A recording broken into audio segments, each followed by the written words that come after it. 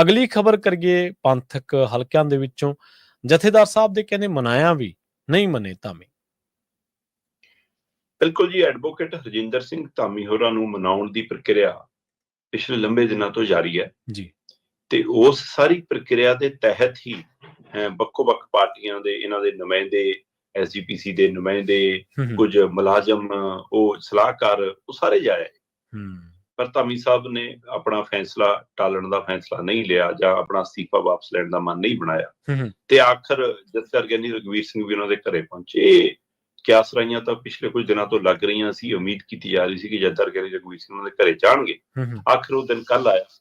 ਕੱਲ ਗਿਆਨੀ ਰਘਵੀਰ ਸਿੰਘ ਹੋਰੀ, ਸ਼੍ਰੀ ਅਕਾਲ ਤਖਤ ਸਾਹਿਬ ਦੇ ਜਥੇਦਾਰ, ਉਹਨਾਂ ਦੇ ਨਾਲ ਤਖਤ ਸ਼੍ਰੀ ਕੇਸਗੜ੍ਹ ਸਾਹਿਬ ਦੇ ਜਥੇਦਾਰ, ਕੁਝ ਹੋਰ ਸਿੱਖ ਹਸਤੀਆਂ ਘਰੇ ਗਈਆਂ ਤੇ ਪਹਿਲੂ ਤਾਂ ਇਹੀ ਸੀਗਾ ਕਿ ਧਾਮੀ ਸਾਹਿਬ ਨੂੰ ਵਧਾਈਆਂ ਦੇਣ ਗਏ, ਉਹਨਾਂ ਦੇ ਘਰੇ ਪੋਤਰੇ ਨੇ ਜਨਮ ਲਿਆ, ਇਸ ਲਈ ਉਹਦੀਆਂ ਵਧਾਈਆਂ ਦੇਣ ਲਈ ਆਇਆ। ਪਰ ਸਾਰਿਆਂ ਨੂੰ ਪਤਾ ਸੀ ਕਿ ਮੁੱਖ ਮੁੱਦਾ ਤਾਂ ਇਹ ਹੈ ਕਿ ਧਾਮੀ ਸਾਹਿਬ ਨੂੰ ਮਨਾਇਆ ਜਾਵੇ। ਔਰ ਜਥੇਦਾਰ ਸਾਹਿਬ ਨੇ ਕਹਿੰਦੇ ਉਹਨਾਂ ਨੂੰ ਕਿਹਾ ਕਿ ਮੀਡੀਆ ਨਾਲ ਵੀ ਉੱਥੇ ਗੱਲਬਾਤ ਕੀਤੀ ਕਿ ਉਹ ਸੱਚੇ ਸਿੱਖ ਨੇ, ਯੋਧੇ ਸਿੱਖ ਨੇ, ਸਪਸ਼ਟਵਾਦੀ ਫੈਸਲੇ ਲੈਂਦੇ ਨੇ, ਇਸ ਲਈ ਅਸੀਂ ਚਾਹੁੰਦੇ ਹਾਂ ਕਿ ਸ਼੍ਰੋਮਣੀ ਕਮੇਟੀ ਦੀ ਬਾਗਡੋਰ ਜਿਹੇ ਹੱਥਾਂ 'ਚ ਰਹੇ, ਇਸ ਲਈ ਅਸੀਂ ਧਾਮੀ ਸਾਹਿਬ ਨੂੰ ਮਨਾਉਣਾ ਹੈ।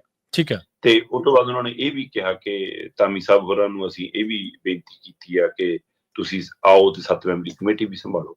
ਠੀਕ ਹੈ। ਸੋ ਪਰ ਜੋ ਜਾਣਕਾਰੀ ਮੇਰੇ ਕੋਲ ਹੈ ਪ੍ਰਵੀਨ ਜੀ, ਉਹਦੇ ਹਿਸਾਬ ਨਾਲ ਧਾਮੀ ਸਾਹਿਬ ਨੇ ਸਿੰਘ ਸਾਹਿਬ ਦਾ ਸਵਾਗਤ ਕੀਤਾ, ਉਹਨਾਂ ਦਾ ਧੰਨਵਾਦ ਕੀਤਾ ਕਿ ਤੁਸੀਂ ਮੇਰੇ ਘਰ ਚੱਲ ਕੇ ਆਏ ਤੇ ਮੈਨੂੰ ਬੇਨਤੀ ਕੀਤੀ, ਪਰ ਕਹਿੰਦੇ ਹੁਣ ਮੈਂ ਵਾਪਸ ਆਉਣ ਵਾਲੀ ਕੋਸ਼ਿਸ਼ ਨਹੀਂ।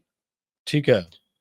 ਸੋ ਧਾਮੀ ਹੋਰਾਂ ਨੇ ਮੈਨੂੰ ਲੱਗਦਾ ਮਨ ਬਣਾ ਲਿਆ, ਕਿਉਂਕਿ ਜਿਸ ਬਿਰਤੀ ਦੇ ਨੇ ਉਹ, ਜਿਸ ਆਪਾਂ ਪਹਿਲਾਂ ਵੀ ਕਿੰਨੀ ਵਾਰ ਗੱਲ ਕੀਤੀ ਹੈ ਕਿ ਉਹ ਬੜੇ ਸਧਾਰਨ ਤਰੀਕੇ ਨਾਲ ਵਿਚਰਦੇ ਨੇ ਔਰ ਧਾਰਮਿਕ ਰੋਹ ਰੀਤਾਂ ਦੇ ਵਿੱਚ ਰਹਿ ਕੇ ਆਪਣਾ ਜੀਵਨ ਬਸਰ ਕਰਨਾ ਚਾਹੁੰਦੇ ਨੇ।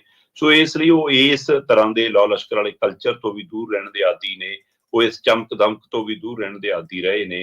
ਇੱਥੋਂ ਤੱਕ ਕਿ ਉਹ ਸਹੂਲਤਾਂ, ਚਾਹੇ ਉਹ ਸਰਕਾਰੀ ਨੇ ਤੇ ਚਾਹੇ ਸ਼੍ਰੋਮਣੀ ਕਮੇਟੀ ਵਾਲੀਆਂ ਨੇ, ਉਹ ਕਿਸੇ ਤਰ੍ਹਾਂ ਦੀਆਂ ਮੰਨਣ ਨੂੰ ਤਿਆਰ ਨਹੀਂ ਹੁੰਦੇ। ਸੋ ਇਹ ਸਾਰੀਆਂ ਚੀਜ਼ਾਂ ਤੋਂ ਦੂਰ ਰਹਿੰਦਿਆਂ ਹੋਇਆਂ ਉਹ ਰਾਜਨੀਤਿਕ ਦਬਾਅ ਹੇਠ ਕਾਫੀ ਲੰਬੇ ਸਮੇਂ ਤੋਂ ਸੀ।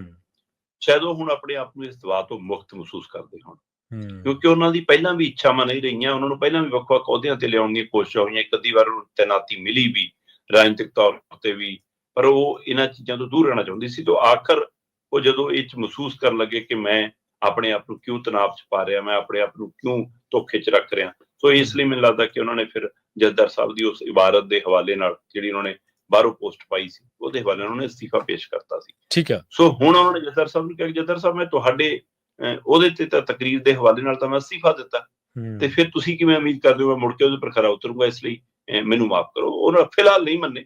ਅੱਜ ਸਵੇਰ ਨੂੰ ਕੀ ਹੋ ਜਾਵੇ, ਕਿਉਂਕਿ ਇਹ ਮਸਲਾ ਹੁਣ ਕੱਲਾ ਪ੍ਰਵੀਨ ਜੀ ਪੰਥਕ ਨਹੀਂ ਰਹਿ ਗਿਆ, ਇਹ ਰਾਜਨੀਤਿਕ ਮਸਲਾ ਹੈ। ਜੀ ਜੀ, ਅਸਲ 'ਚ ਤਾਂ ਇਹ ਹੈ ਹੀ ਰਾਜਨੀਤਿਕ ਮਸਲਾ, ਕਿਉਂਕਿ ਰਾਜਨੀਤਿਕ ਪਹਿਲੂ ਮੰਨਣ ਤੋਂ ਹੀ ਅਕਾਲੀ ਦਲ ਮਨ ਕਰ ਹੋਇਆ ਸੀ ਨਾ। ਸੋ ਇਸ ਲਈ ਧਾਮੀ ਸਾਹਿਬ ਹੋਰਾਂ ਦੀ ਵਾਪਸੀ ਜਥੇਦਾਰ ਦੇ ਮਨਾਇਆ ਵੀ ਹੁੰਦੀ ਮੈਨੂੰ ਨਜ਼ਰ ਨਹੀਂ ਆ ਰਹੀ।